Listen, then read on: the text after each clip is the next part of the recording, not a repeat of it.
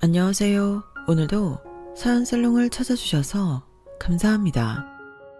저는 올해로 결혼한 지 9년이 된 40대 여성입니다. 그리고 저는 현재 세 남자와 함께 행복한 삶을 살고 있는데요. 뭐가 그렇게 행복하냐고 물어보신다면 남편, 아들, 그리고 시아버님에게 유일한 홍일점으로 대접받고 살아 그런다고 대답할 수 있을 것 같아요. 이게 생각보다 엄청 행복지수가 높거든요. 그런데 모르는 사람들은 말 그대로 제가 어떻게 살고 있는지 모르면서 저더러 불쌍하다고 했는데요. 제가 그 이유를 물어보니 이런 소리를 하더라고요. 왜긴 시어머니도 아니고 홀시아버지를 어떻게 모시고 살아? 나는 죽어도 못해. 불편하잖아. 그리고 딸도 없이 아들만 있는 너는 분명 말년에는 외로울 텐데 남자 셋 뒤치다거리만 하다 끝나는 인생 너무 불쌍해서 그러지. 여러분, 저 소리가 정말 제가 딱 하고 불쌍해서 하는 소리일까요? 저는 그렇게 생각하지 않았어요. 일단 제가 아니라고 하는데도 제 말을 믿지 않고 저를 집안에서 남자들 시중이나 들고 사는 무수리로 치부하는데 당연히 그런 대인관계는 손절해버렸죠. 처음엔 사실이 아니니 시간이 지나면 자연스럽게 알 거라고 생각했거든요.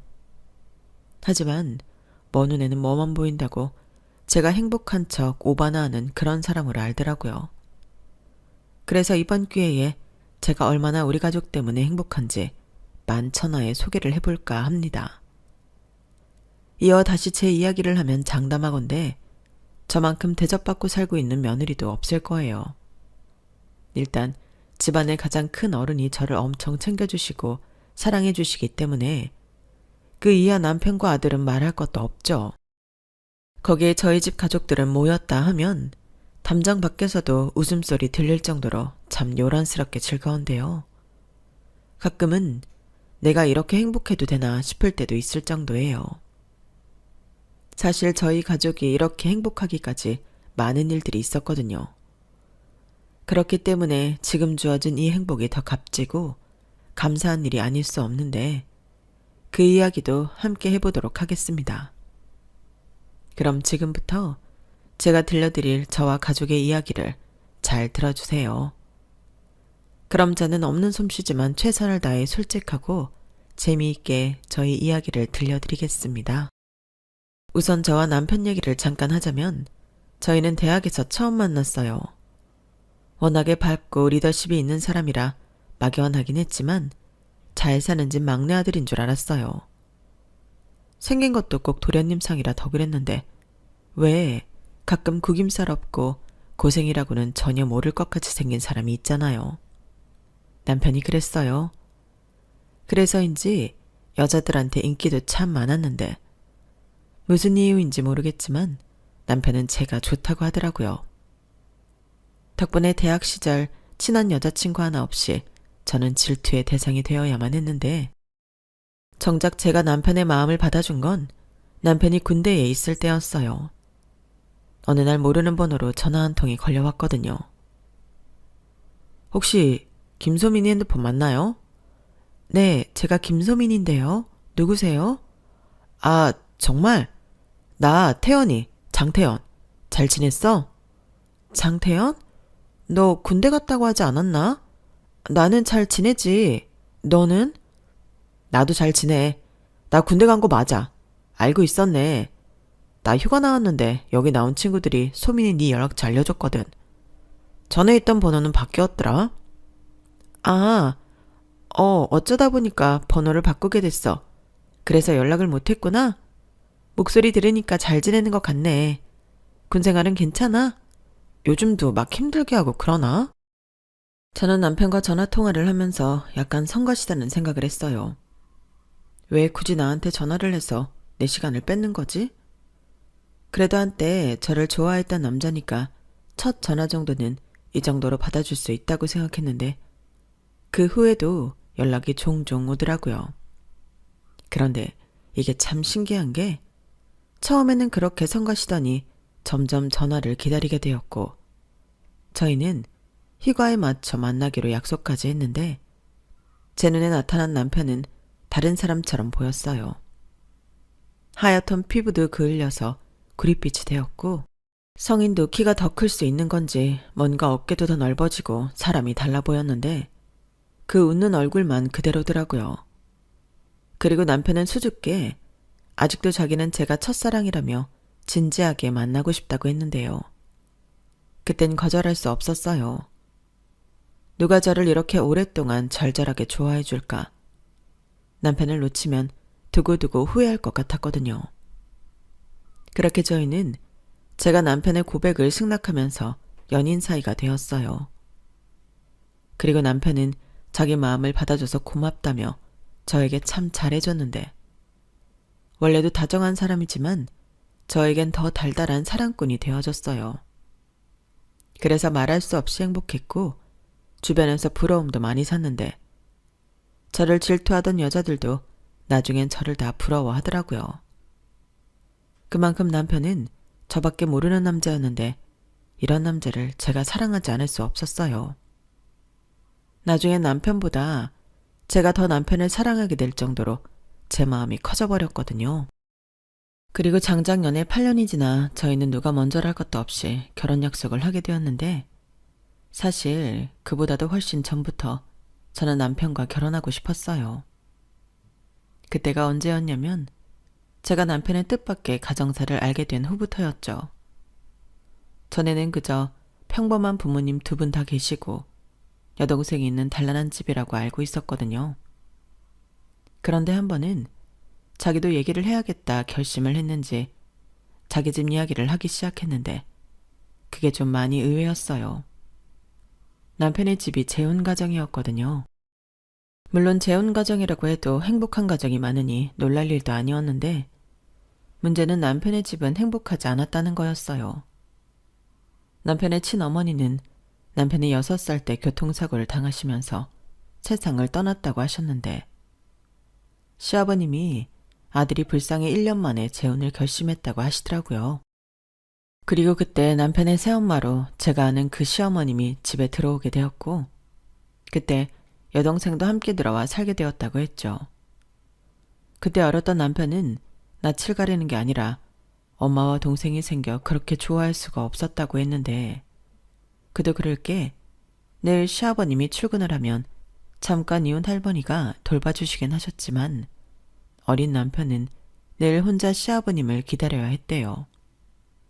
그런데 갑자기 였긴 했지만 엄마도 생기고 여동생도 생기니 더는 혼자가 아니라는 생각에 너무 행복했다고 했는데 굴러온 돌이 박힌 돌 뺀다고 새엄마였던 시어머니는 자기 딸만 챙기고 예뻐할 뿐 남편을 차별했다고 하더군요. 남자애라 그런가? 참 청이한가? 이런 소리를 자주 하셨다고 했는데 그에 반면 여동생은 시아버지에게 온갖 재롱으로 사랑을 받았다고 하더라고요. 저희 시아버님이 원래 성품이 좋은 분이시거든요. 시어머니와 신우에게도 그때 당시 무슨 사연이 있었다고 했는데 시간이 많이 지난 지금 그건 그들의 프라이버시라며 그 사연을 알려주지 않으시는데 시어머니와 신우는 그런 고마운 마음도 모르고 온갖 나쁜 짓을 다 한 인물들이었어요.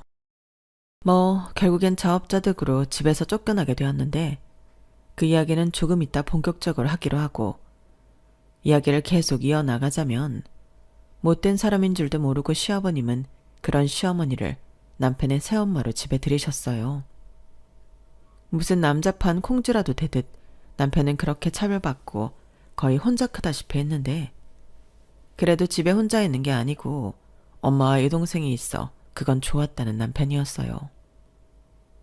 그땐 그래도 집에서 맛있는 밥 짓는 냄새도 나고 집에 온기도 있어서 좋았어.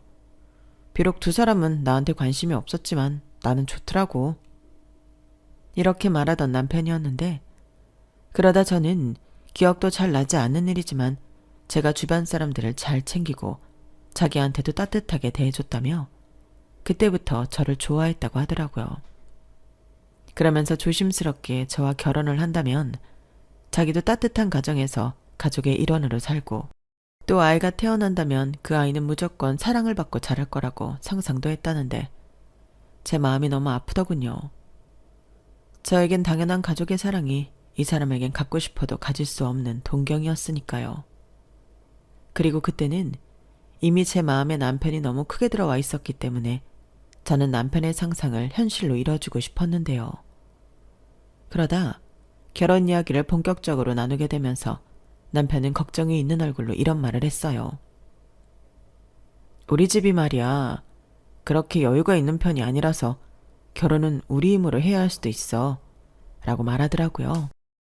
사실 그렇게 연애를 오래 했는데 남편이 경제적으로 넉넉하지 않다는 건 이미 알고 있었죠.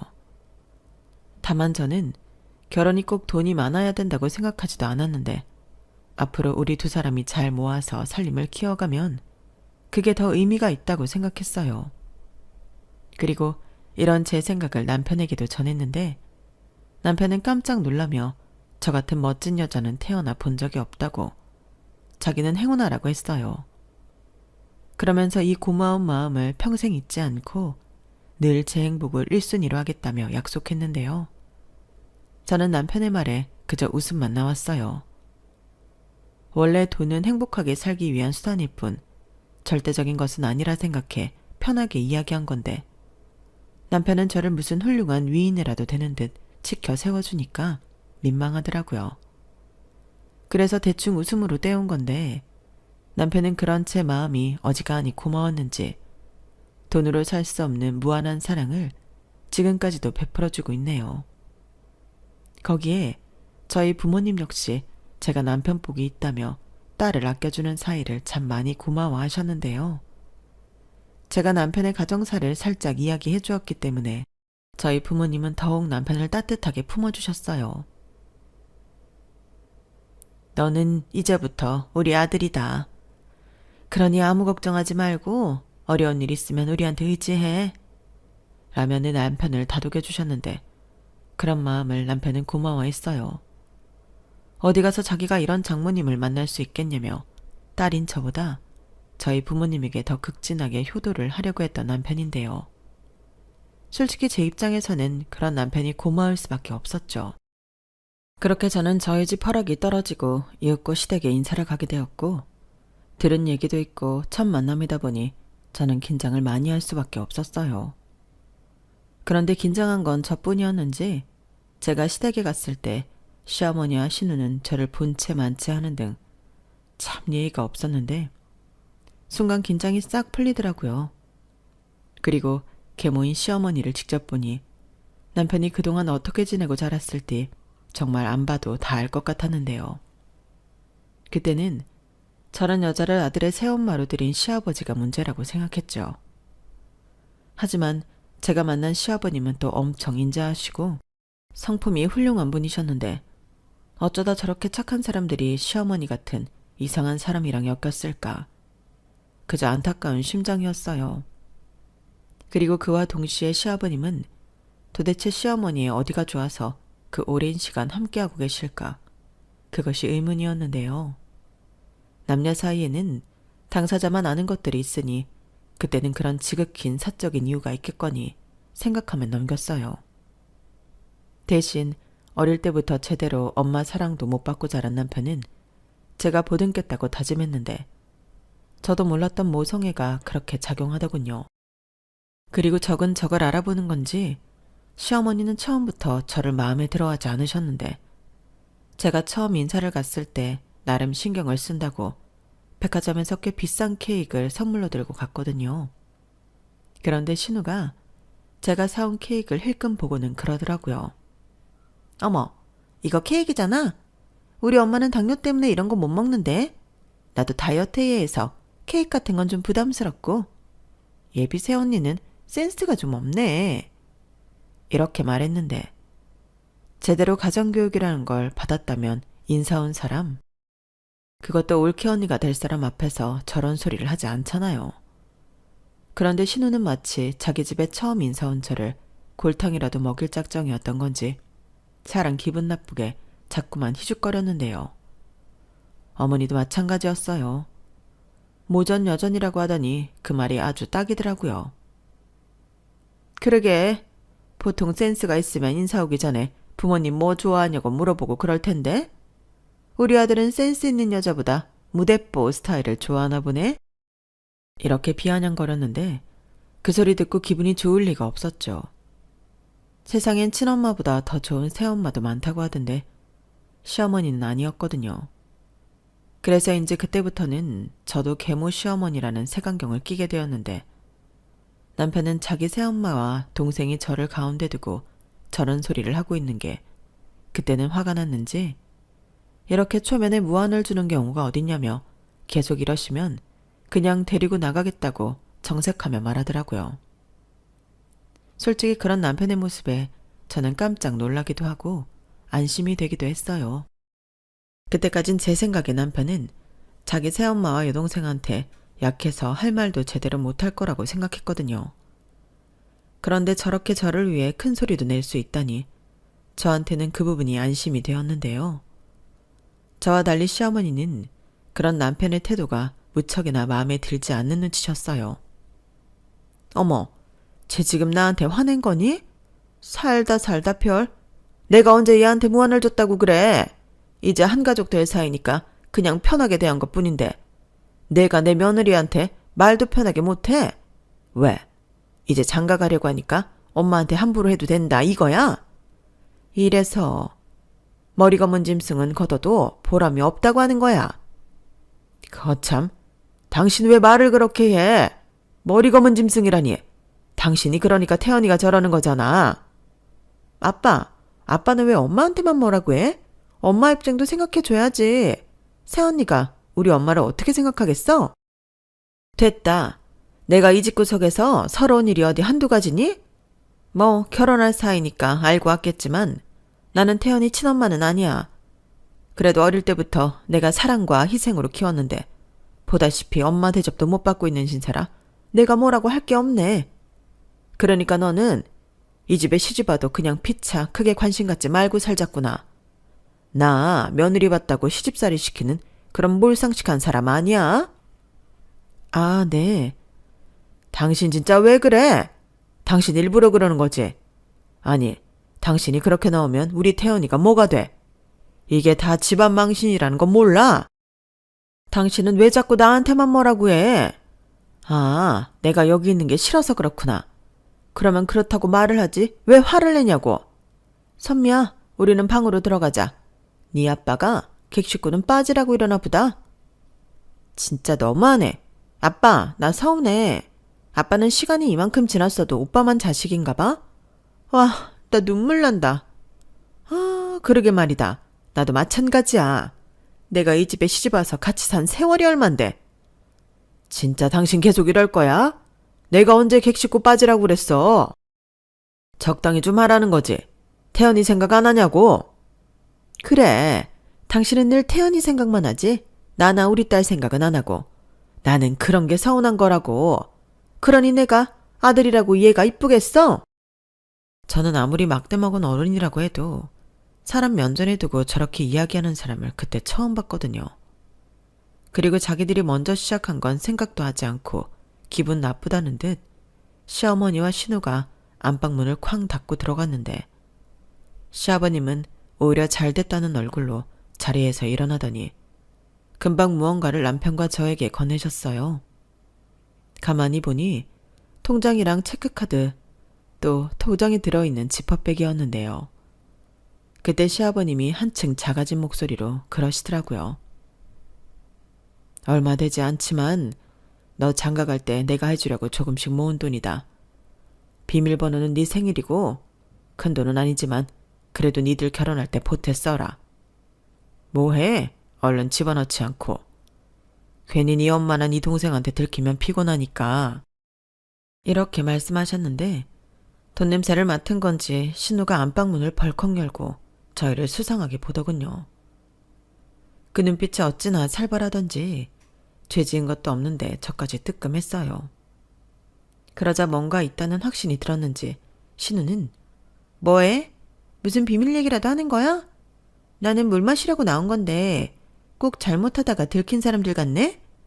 라고 말했고 시아버님은 아무것도 안 했다며 넘겨짚지 말라고 자리에서 일어나셨어요. 그리고 저한테도 괜히 집에 와서 불편하게 했다며 밥은 나가서 먹자고 하셨는데요. 딱 보니 시어머니가 예비 며느리 온다고 뭘 준비한 것도 아닌 것 같길래 알겠다고 저도 일어났어요. 그렇게 밖에 나가 식사를 마치고 저는 집으로 돌아왔어요. 그러자 궁금하다는 듯 저희 부모님이 저를 기다리고 있었는데 제가 생생하게 조금 전 상황을 이야기하니 저희 엄마의 얼굴에 그늘이 생기더라고요. 그러면서 그놈이 옆했네.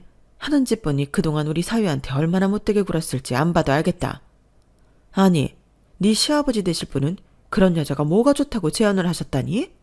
예쁘냐? 라고 저한테 물으셨는데 생각해보니 그 연세치고는 인물이 좀 있으셨던 것 같긴 하더라고요.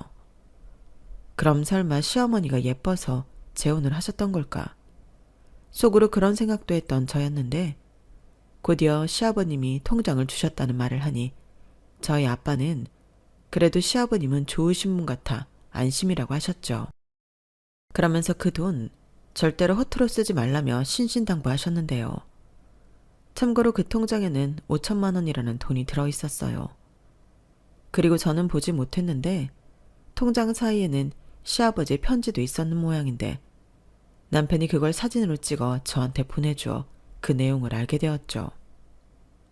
그다지 긴 내용은 아니었지만 그 편지에는 시아버님의 마음은 고스란히 담겨 있었는데 저에 대한 이야기도 있더라고요.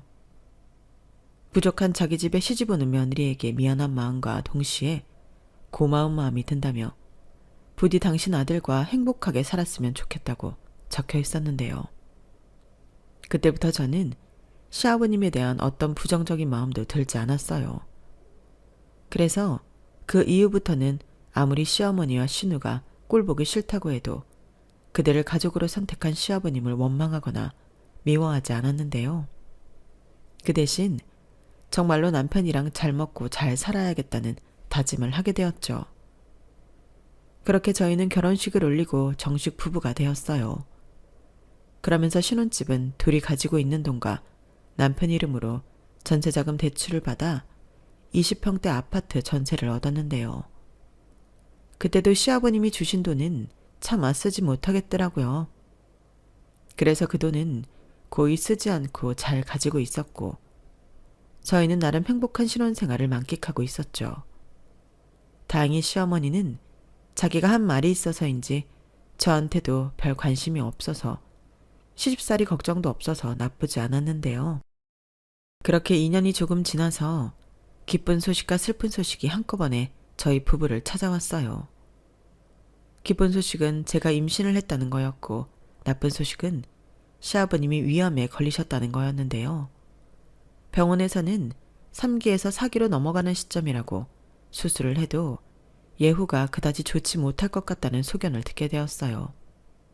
그 때문에 저도 남편도 얼마나 걱정을 했는지 모르는데 하필 그때 제가 임신도 하고 있다 보니 아마도 남편은 더 많이 마음고생을 했었을 거예요. 그리고 시아버님이 위암 진단을 받고 일주일 정도 지났을까? 시어머니는 남편 병수발까지 들면서 살 수는 없다며 아픈 시아버님에게 이혼을 요구하셨죠. 정말 어이가 없었어요. 아무리 재혼이라고 해도 부부로 30년 가까이 산 사람이 남편 병수발을 들기 싫다고 이혼하겠다고 한다니 너무 놀라웠는데 이게 끝이 아니었어요. 시어머니는 지금까지 자기가 산 세월도 있으니 재산 분할 및 위자료로 살고 있는 아파트를 받아야겠다고 주장하셨는데 그러니까 한마디로 암에 걸린 시아버지는 몸만 나가라고 하는 거였죠. 그리고는 이제 며느리도 있는데 무슨 걱정이야. 아들네 집에 가서 편하게 병수발 받으면 되지. 라고 말했는데 저는 제 길을 의심했죠. 그러자 남편은 그게 무슨 소리냐며 임신한 와이프한테 어떻게 그런 말씀을 하시냐고 쏘아붙였는데 그땐 신우이가 콧방귀를 끼며 그러더라고요. 임신이 무슨 벼슬이야? 그리고 누가 들으면 우리가 임신하라고 한 줄 알겠다. 그건 오빠네 사정이지. 너 지금 말 다 했어? 아빠가 너한테 얼마나 잘해줬는데 이래? 너는 양심도 없냐? 없어. 양심이 뭐 밥 먹여주고 돈이라도 줘? 아빠가 오빠 결혼할 때 돈 줬지. 내가 모를 줄 알아? 나는 그때부터 아빠 없다고 생각했어. 어차피 친아빠도 아니잖아. 뭐라고? 네가 어떻게 우리 아빠한테 그래? 어머, 엄청 미안하네. 근데 어떡해. 내 마음이 그런 걸. 오죽하면 엄마도 이혼하겠다고 하겠냐고. 아가씨, 알겠으니까 제발 그 입 좀 닫아요. 지금 얼마나 아가씨가 못돼 보이고 상스러워 보이는 줄 아세요?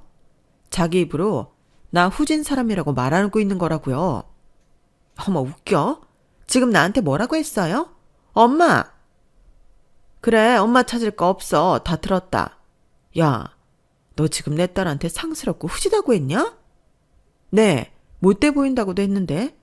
아, 못돼 보이는 게 아니라 못됐죠. 엄마를 닮아서. 야, 너 지금 나 매기는 거야? 아니요, 제가 어떻게 그래요. 다만 저는 같이 산 세월이 있는데 진짜 너무하시다고 생각은 드네요. 사람이 아프고 힘들 때 칼 꽂는 거 아니에요. 네가 뭘 안다고 짓거려. 나도 이 집에 들어와서 할 만큼 했다. 팔자에도 없는 아들 키워 장가 보냈고 변변한 수입도 없고 깐깐한 남자 만나서 이날 이때까지 힘들게 살았어. 근데 이젠 암에 걸린 남편 병수발까지 들라고? 나는 그건 못하겠다. 태연이 저건 장가라도 갔지만 우리 선미는 아직 시집도 못 갔는데 암투병 중인 아빠 있다고 하면 좋아할 남자가 세상 천지 어디 있겠냐고 부담되게. 그래서 그냥 이혼하시는 것도 아니고 살던 집까지 꿀꺽 하시겠다는 거예요? 나도 빈손으로 나갈 수는 없지. 너도 나중에 이혼하게 되면 내 마음 알 거다. 엄마, 아니 어떻게 그런 말을. 그리고 정말로 이렇게 이혼하시게요? 정말 너무하세요. 너무하긴 개뿔. 나도 살려고 그러는 거야. 너야 네 친아빠니까 모르겠지만 우리 선미는 무슨 죄냐? 정말이지 시어머니의 말은 들으면 들을수록 너무 화가 났어요. 그리고 제가 봤을 때는 이미 이혼은 물론이고 이 집까지 꿀꺽 하겠다고 다짐한 지는 오래된 듯 보였는데 저는 남편더러 더는 아무 말도 하지 말라고 했네요. 가겠다는 사람 잡지 말고 집은 법대로 하면 되지 않냐고. 그러니 시아버님은 저희가 책임지자고 했는데 남편은 아무 말도 하지 못하더라고요. 미안해서였겠죠. 임신까지 한 저에게 그런 부담을 주고 싶지 않아 아무 말도 못하는 게 제 눈에 보였는데 저는 오히려 가족끼리 왜 이러냐고 남편한테 화를 냈어요. 지금 제일 힘든 사람은 시아버님이신데 정신 똑바로 차리라고 정신이 번쩍 들게 해주었죠. 그러자 남편은 눈물까지 보이며 미안하고 고맙다고 했는데 사실 우리 둘 다 당장 시아버님이 잘못되시진 않을까 무서웠어요. 그래도 뱃속에 있는 아이가 복덩이였는지 시아버님은 태어날 손주는 안아보고 죽어야 하지 않겠냐며 치료에 적극적으로 임하셨고 시어머니가 이혼하고 싶다면 그 의사는 존중해 줄 테니 이혼 서류에 도장을 찍겠다고 하시더라고요. 다만 집은 줄 수 없으니 그런 줄 알라고 선을 그으셨는데 그 이후부터는 그 집 때문에 시어머니가 난리도 아니었죠. 자기는 집을 주지 않으면 이혼 못한다고 도장까지 다 찍은 서류를 찢으셨는데 역시나 시어머니의 목적은 돈이 될 집이더라고요. 뭐 예상은 했던 일이었죠. 아픈 사람 돌보기는 싫고 집은 갖고 싶으니 이혼하겠다고 한 건데 집은 못 준다고 시아버님이 버티니 자기도 그렇게는 못 나가겠다는 거였어요. 그러면서 말은 시아버지가 자기랑 이혼하기 싫어서 추작을 부리는 거라고 하셨는데 제가 볼 땐 시아버님은 당신 결혼 생활에 아무런 미련이 없어 보였거든요. 그리고 제가 먼저 이렇게 된 거 소송으로 이혼하시는 게 어떻겠냐고 말씀을 드렸는데 그건 당신이 좀 괜찮아지면 직접 하시겠다고 하셨어요. 일단은 치료가 더 시급했기 때문에 바로 입원 절차를 밟고 수술 날짜도 잡았는데요. 그땐 저도 임신 초기라 몸이 좀 늘어지고 입덧 때문에 힘들었지만 제가 병원에 있고 싶어서 회사에는 일찍 휴가를 냈어요. 그러자 남편은 그럴 필요 없다며 자기가 휴가 내고 병원에 있겠다고 했는데 그럼 같이 휴가 내고 같이 시아버님 병실에 있자고 제가 먼저 말했어요.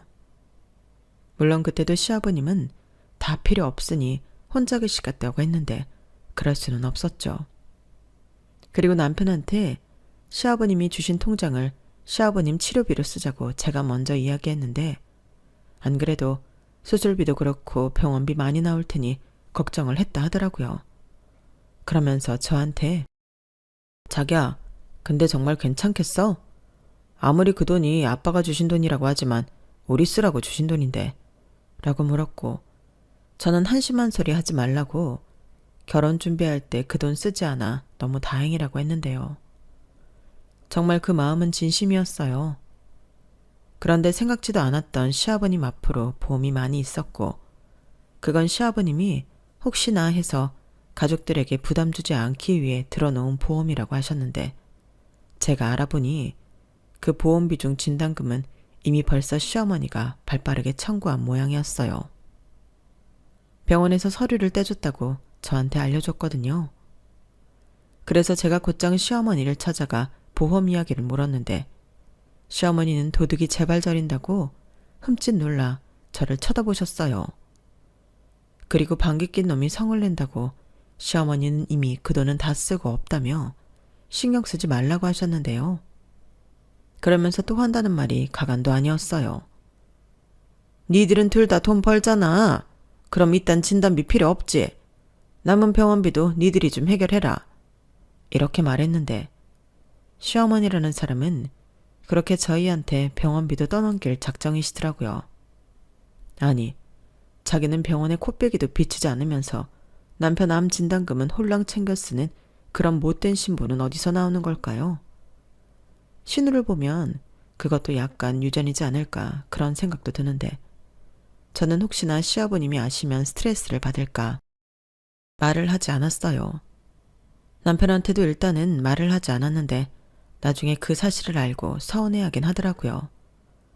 그러면서 한편으로는 그때 만약 그런 줄 알았다면 자기는 집에 가서 횡포를 부렸을지도 모른다며 잘했다고 했는데 제가 스스로도 그건 잘했다고 생각했어요.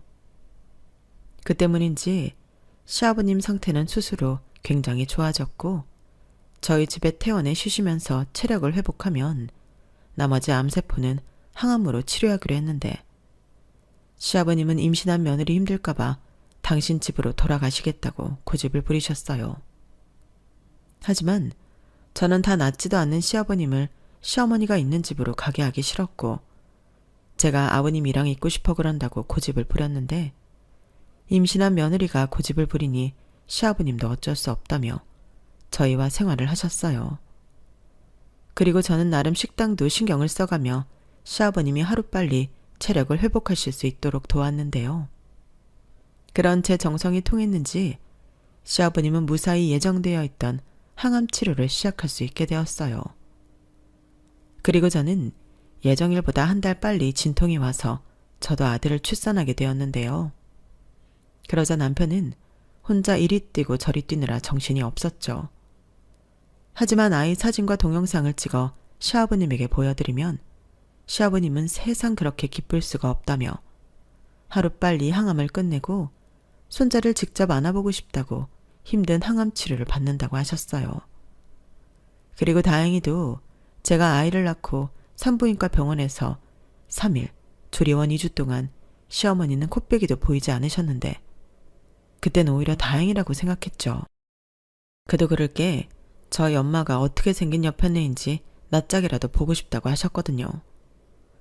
하지만 저는 별로 친정 엄마에게 시어머니를 보여주고 싶지 않았는데요. 때론 모르는 게 약이라고 하잖아요. 그 결과 저희 친정 식구들은 시어머니와 신우를 결혼식 이후에 본 적이 없는데 대신 병원에 계실 때도 저희 집에 계실 때도 시아버님은 저희 친정 식구들과 지금까지도 돈독한 사이를 유지하고 계십니다. 그리고 시아버님은 그런 가족의 노력에 보답이라도 하듯 기적에 가까운 회복 속도를 보이셨는데요. 이건 병원에서도 보기 힘든 이례적인 일이라며 저희 가족을 축하해 주시더라고요. 그렇게 아버님은 꿈에 그리던 퇴원을 하셨고 입버릇처럼 말씀하신 대로 저희 아들을 품에 안으셨는데 너무 기쁘다며 아이를 안고 끝내 눈물까지 보이시는 시아버님이셨어요. 그리고 이젠 때가 되었다며 당신 집으로 돌아가시겠다고 하셨는데 저희 부부가 걱정이 되어 따라가겠다고 나섰어요. 그때 저희 아들은 친정부모님이 봐주셨는데 막상 시댁에 도착해 현관으로 들어가니 집안의 풍경이 그야말로 말이 안 나오더라고요. 여기저기 짐이 빠져있는 상태라 집안이 어수선했고 무슨 이민이라도 가려고 했는지 큰 캐리어가 무려 4개나 나와 있었는데 시어머니는 신우와 저희를 보고 마치 귀신이라도 본 듯 화들짝 놀라더라고요. 아니, 이렇게 막 나와도 되는 거야? 라며 시아버님이 태어났을 거라고는 생각도 못하는 눈치였는데 시아버님은 이게 다 뭐냐고 무섭게 다그치셨어요. 그러자 시어머니는 능청을 떨면서 우울해서 여행 좀 다녀오라고 그랬다고 헛소리를 했는데 시아버님이 남편을 시켜 캐리어를 열게 하니 마치 거기에 들키면 안 되는 물건을 숨겨놓은 듯 시어머니와 신우가 필사적으로 막으려 하더라고요. 하지만 남자인 남편에게는 역부족이었는데 그렇게 박살이 나다피 열린 캐리어 안에는 돈이 될 것 같은 물건들이 잔뜩 들어있었어요. 그러니 이 사람들의 꿍꿍이가 뭔지 알겠다는 저였는데요. 일단 돈이 될 만한 것들부터 두 모녀가 열심히 처분을 하고 있는 거였죠. 집은 명의가 자기 것이 아니니 어떻게 할 수가 없고 주인이라고 써붙여 있지 않은 것들을 찾아 현금화를 열심히 하고 있었던 건데 시아버님은 이윽고 그 두 사람을 도둑이라며 경찰에 신고하셨어요. 그러자 가족끼리 왜 이러냐고 병원에 누워있는 동안 생활비가 없어 그랬다며 시어머님은 궁색한 변명을 늘어놓았고 시아버님은 이제 됐다고 이혼하자고 바로 이야기를 하셨어요. 그러자 시어머니는 콧방귀를 끼며 나도 당연히 하고 싶지. 그럼 이 집 놔준다고 약속하라니까. 라고 여전히 집 타령을 하셨는데요. 시아버님은 그때 언제 준비를 하셨는지 잠바 안주머니에서 등기부등본을 한 통 떼어 시어머니에게 보라고 하셨어요. 그러자 시어머니가 등기부등본을 확인했고 거기엔 저희도 몰랐던 명의 변경이 있었는데 시아버님이 그 아파트 명의를 남편과 제 공동명의로 바꿔놓으셨더라고요. 아니, 지난번에 무슨 병원이랑 보험들 처리해야 한다고 이것저것 서류해달라고 하신 게 사실은 집 명의를 바꾸시려고 그랬던 모양이었어요. 그리고 이 사실을 알게 된 시어머니는 뒤로 넘어가기 일보 직전이었는데 30년 가까이 같이 산 자리를 이렇게 무시할 수가 있냐며 이건 무효라고 난리를 치셨어요. 그러면서 부부 공동재산을 자기 임의로 처리했으니 저희더러 이 아파트의 절반을 현금으로 달라고 하셨는데 그 돈이 있어야 자기 딸도 빚도 갚을 수 있다며 거의 반강제로 돈을 뜯어내려 하더라고요. 그래서 그게 무슨 소리냐고 아가씨 빚 있냐고 물으니 결혼 사기를 당해서 1억이라는 빚이 생겼답니다. 그러니까 팔자 고쳐보려고 변호사라고 사칭하는 남자에게 넘어갔는데 신혼집 마련한다고 1억을 해오라는 말에 급한 마음에 사금융에 손을 댔다고 했어요. 그런데 그 남자가 변호사도 아니고 그 1억을 들고 홀랑 잠적해버렸다고 했는데 하늘로 솟은 건지 땅으로 꺼진 건지 아무리 찾아도 찾을 수가 없다고 하더라고요. 심지어 이름도 나이도 가짜였다고 했는데 기가 막혔죠. 그리고 저희는 이렇게 된 거 아무것도 드릴 수 없다며 버텼는데요. 시아버님이 그러셨어요. 당신이 정 이렇게 나오면 나는 내일이라도 변호사 찾아가서 이혼소송 준비할 거야. 대신 좋게 나간다고 하면 내가 예정을 봐서 돈 1,000만 원 정도는 해줄 테니 그 돈 받고 곱게 나가. 이렇게 말씀하셨는데요. 시어머니는 돈 1,000 가지고 어디 가서 살라고 하는 거냐며 자기는 이젠 이혼 안 하고 평생 여기서 살 거라고 우기셨어요. 그래서 그럼 저희는 불법 점유자 퇴거 신청을 하겠다고 말씀드렸는데 시어머니가 저를 향해 두 눈을 부라리시더라고요. 아파트 봤더니 제가 본색을 드러낸다며 저더러 불려시라고 하셨는데 제가 남편과 시아버지를 구워 삶았다고 하더군요. 황당했죠. 제가 뭘 했다고요? 결국 시아버님은 이혼 소송을 하기 위해 아직 다 낫지도 않으신 몸으로 변호사 사무실을 찾아 상담을 받으셨어요. 그리고는 시어머니에게 이혼 소장이 발송되었는데요. 진짜 소장이 날아오니 시어머니가 저에게 SOS를 치셨어요. 시아버님 좀 말려달라고 하셨는데 제가 그걸 승낙할 리가 없었죠. 결국 시아버님이 1,000만 원 더 해줄 테니 총 2,000 받고 협의 이혼에 도장 찍으라고 설득했고 시어머니는 당장 돈이 급하고 이혼 소송 해봤자 자기가 불리할 것 같아 돈 2천만 원을 받고 이혼하셨는데 뭐 그 돈도 신혼빚 갚는데 다 써서 흔적도 남지 않았겠죠. 하지만 시아버님은 원하는 이혼을 하셨고 저희더러 이사를 하라 하셨는데 아이까지 있는데 지금 사는 집은 좁지 않냐고 대신 그 집은 당신이 지내겠다고 하셨어요. 물론 남은 전세자금 대출금도 당신이 내겠다고 하셨는데 시아버님한테 그런 돈이 있을 리가 없었죠. 대출금이라고 해서 매달 나가는 돈이 큰 돈은 아니었는데 아직 몸도 성하지 않으신 아버님에게 그런 부담까진 드리고 싶지 않았어요. 그래서 제가 고민한 끝에 내린 결론은 저희가 살던 전세와 시아버님이 저희 명의로 준 아파트를 팔아 큰 집으로 이사를 가는 거였는데요. 그러면 내 식구가 다 같이 살아도 문제가 없을 것 같았어요. 그렇게 저희는 당장은 아니었지만 2년이라는 시간을 거쳐 함께 살 집으로 이사를 왔어요. 그게 저희가 현재 살고 있는 집이기도 한데 가족들의 사랑으로 그 집에 이사 간 후 시아버님도 완치 판정을 받으셨죠. 어쩐지 이사 온 집이 기운이 좋은 곳 같았는데 그런 느낌 때문인지 저와 남편은 이사한 우리 집이 참 좋았어요. 남자들 입장에서만 보면 3대가 함께 사는 집인데 미래의 며느리는 어떻게 생각할지 모르겠지만 너무 보기 좋잖아요. 적어도 제 눈에는 그렇게 보이는데 이사 온 후 좋은 소식은 그것뿐이 아니었어요. 저도 남편도 승진을 해서 연봉도 올라갔고 남편과 시아버지의 부자간의 정도 더욱 돈독해졌는데 감사하게도 남편과 시아버님은 이게 다 제가 시집와서 얻은 행복이라며 저를 지켜 세워줬어요. 그리고 전에는 하지 않던 요리며 청소며 서로 하겠다고 성화를 부리는데 덕분에 저는 너무 편해졌죠.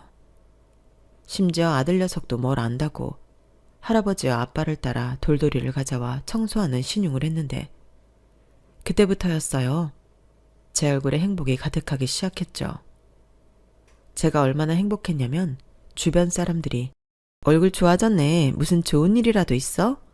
라고 다들 알아봐 주셨는데 역시 행복은 숨길 수가 없는가 봐요.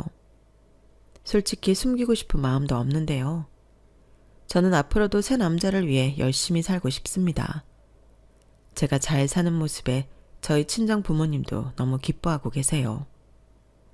딸이 시집을 잘 갔다며 아주 흐뭇해 하셨는데 행복이 벌거냐고 하루하루 사랑하는 가족들과 걱정 없이 함께 할 수만 있다면 그게 행복이라고 하셨는데 그 말이 맞는 것 같더라고요.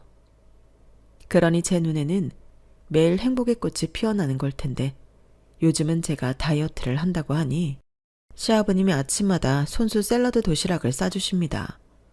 세상에 이렇게 극진한 대접을 받는 며느리가 어딨냐고요. 덕분에 맛있게 먹고 살도 잘 빼고 있는데 목표인 10kg가 빠지면 그때는 예쁜 옷을 입고 가족 사진이라도 찍으러 갈 생각입니다. 어때요? 이만하면 저 불쌍한 사람 아니고 행복한 사람 맞죠? 언젠가는 아들이 사춘기가 와서 제 속을 뒤집어 놓을 수도 있겠지만 사랑하는 두 남자가 저랑 함께하고 있으니 저는 아들 사춘기 따위 무섭지 않습니다. 오히려 어른이 되는 과정인 만큼 그 과정을 잘 넘기고 싶은데요. 바라올 건데 앞으로 우리 가족에게는 행복한 시간만 남아있길 바랍니다. 그리고 끝으로 이런 좋은 사람들과 가족의 연을 맺게 되어 감사하고 사랑한다는 마음을 전하고 싶은데요. 직접적으로 얘기하면 서로 쑥스러우니까 이 자리를 빌어서 얘기하고 싶어요. 아버님, 여보, 그리고 우리 아들 은찬아, 너무 사랑해요. 앞으로 내가 갱년기가 와서 미운 짓을 많이 하더라도 사랑으로 품어주세요. 언제나 저는 우리 가족이 있어 입이 찢어지게 행복한 사람입니다. 나의 가족이 되어줘서 고마워요. 이상 행복한 제 사연이었습니다. 못된 계모 시어머니와 그 딸 신우는 소식을 모르고 살고 있는데 이젠 명백한 남이니만큼 앞으로 살면서 영영 모르고 살았으면 좋겠습니다. 그럼 지금까지 제 사연 들어주셔서 감사드려요. 여러분들도 사랑하는 사람들과 건강하고 행복하시길 소망하겠습니다. 안녕히 계세요. 여러분, 사연 댓글에 응원과 현명한 조언 부탁드려요. 좋아요와 구독은 저에게 큰 힘이 됩니다. 오늘도 좋은 일 가득하세요.